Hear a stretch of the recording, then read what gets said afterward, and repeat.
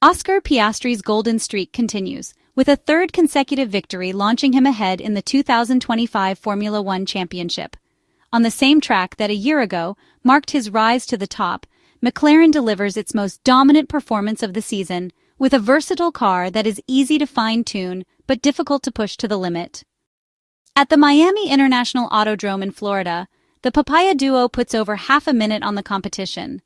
The numbers from McLaren are frightening, with lap times in the first stint about 1 second faster than Max Verstappen's, a gap that shrinks to just 6 or 7 tenths in the final third of the race. Florida amplifies both strengths and weaknesses of the cars, on a circuit that is a well-balanced mix of straights, slow corners, and high-speed bends. The Hard Rock Stadium could only crown a complete car like the McLaren, whose operating window is so broad it is almost like a balcony with a panoramic view. The MCL39's large operating window provides many tools to find the ideal balance, an especially valuable trait during the frenetic sprint weekend, where having a car that is intuitive and easy to set up is essential. The race advantage was not even due to tire degradation management, as surface wear and rear axle overheating were the dominant factors in Miami. The only weak spot remains qualifying, where drivers struggle to find the car's limit due to an extremely stiff platform that filters out much of the feedback through the steering wheel. Qualifying could be a problem at Imola and Monaco, which are tracks notoriously difficult for overtaking, but that does not change the outlook of a championship fight that now risks being confined to the two Papaya drivers. Once again, it is Oscar Piastri who celebrates in Florida, opportunistic and clinical in seizing his chance at the start. Lando Norris loses out in the opening duel and then spends too much time behind Max Verstappen, but as in the sprint, he once again shows stronger pace than his teammate. George Russell returns to the podium, having used the hard tires at the start to extend his stint and take advantage of the virtual safety car for his pit stop. With the Briton at the wheel, Mercedes shows excellent performance on the medium tires in the second stint. Not at McLaren's level, but enough to put to rest the doubts about race pace that emerged in Jeddah. The W16 proves itself consistent in every condition, and Kimi Antonelli continues to get the most out of it. Lady Luck didn't favor him in either of the weekend's races, but the Italian can take heart from his progress in qualifying. Max Verstappen has to settle for fourth, after trying everything in the early stages before ultimately surrendering to McLaren's overwhelming pace. The new floor fitted on the Dutchman's RB21 could not work miracles, but at least in qualifying, the world champion shows he can still make a difference. The next two rounds, focused especially on Saturdays, will be a crucial opportunity to try to claw back some points, hoping in the meantime for a shift in the balance of power. It is surprising, but not too much, that both Williams cars finish in the points, led by Alex Albon in fifth place.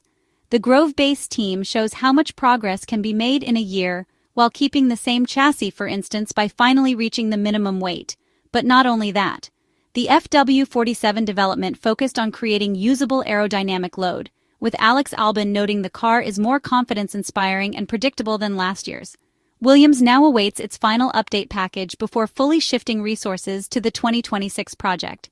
Even now, the British car is the best of the midfield, and the challenge will be to remain in the lead pack at upcoming rounds. The long-term goal remains a return to the front of the grid after starting from the back, aiming to follow in McLaren's footsteps. In the race, Ferrari recovers a few positions after a disastrous performance in the qualifying session, but the result still falls far short of early season expectations. Once again, tire management and the ability to extend the first stint proved to be strengths of the SF-25, allowing it to capitalize on the virtual safety car to gain positions over Yuki Tsunoda and Carlos Sainz. The end of the race features a back and forth of radio messages between Lewis Hamilton and Charles Leclerc, a nervousness that reflects frustration with a car whose shortcomings go well beyond just slow corners, which are already problematic in the middle sector.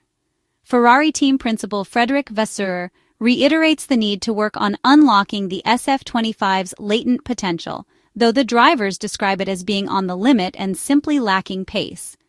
The Frenchman's comments should be understood in the context of a team principal choosing words with the team's morale in mind rather than public perception.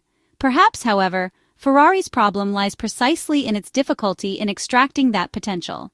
The SF-25 car has such a narrow operating window that it is almost invisible, to borrow Lewis Hamilton's words, in stark contrast to a McLaren that is always dialed in under any condition. In Miami, the limitations are fully exposed on a technical and demanding track that requires a car both reactive and stable, balanced for both high and low-speed sections. The only consolation for Ferrari fans is that the upcoming races will be less challenging, though notable results remain unlikely. Ferrari's priority must be understanding why the car has regressed since last season, the only way to break a cycle in which the Maranello team keeps falling short just when it seems ready to return to the top. On the other hand, Fred Vasseur has defended Ferrari's handling of the team orders situation that unfolded between Charles Leclerc and Lewis Hamilton in the Miami Grand Prix, whilst also acknowledging that he could perfectly understand the frustration displayed by the British driver. Lewis Hamilton had been running behind 7th-placed Charles Leclerc in 8th as the race entered its latter stages, with the 7-time world champion on a different strategy using the medium tires while Leclerc was running the hard compound. As Hamilton felt that he had the pace to catch Mercedes' Kimi Antonelli ahead, the Briton suggested that he be let by, but as the team assessed whether to make the swap, Hamilton appeared to become increasingly frustrated over the radio, at one point sarcastically commenting that the squad should have a tea break while you are at it. The team ultimately decided to make the switch, but when Hamilton was then unable to reach Kimi Antonelli, Leclerc was told that the positions would be reversed back. It appeared that Hamilton, however, had not yet been informed, though the 40-year-old followed the order when it was relayed to him. When asked after the race why the first decision had appeared to take a long time, Frederic Vasseur said the team had been trying to understand certain factors behind the pace difference between Charles Leclerc and Lewis Hamilton. He pointed out that it hadn't actually taken very long, around a lap and a half, and explained that when two cars were on different strategies, his first priority was to determine whether the following car was genuinely faster or simply benefiting from DRS. According to the French manager, it took about a minute and a half to assess the situation before instructing the drivers to swap positions. He acknowledged that, in hindsight, the team might have been better off making the call immediately, but at the time, they weren't certain whether DRS was playing a role. Frederic Vasseur admitted it was a difficult decision to ask either Charles Leclerc or Lewis Hamilton to give up position, but the team had done so and the drivers had complied on track, something he noted was not commonly seen among other teams. As for the second swap discussion, when the Monegasque driver had suggested they talk about it later, the Ferrari team principal clarified that it was part of team policy. If a swap was not explicitly requested, the drivers would not overtake each other. Fred Vasseur explained that when the team asked the drivers to swap positions, it was because they believed the second car was faster than the first at that stage of the race. The goal was to catch the car ahead, and if that didn't happen, they would reverse the order to respect the initial running positions, something they did once it became clear that Hamilton wouldn't be able to challenge Antonelli.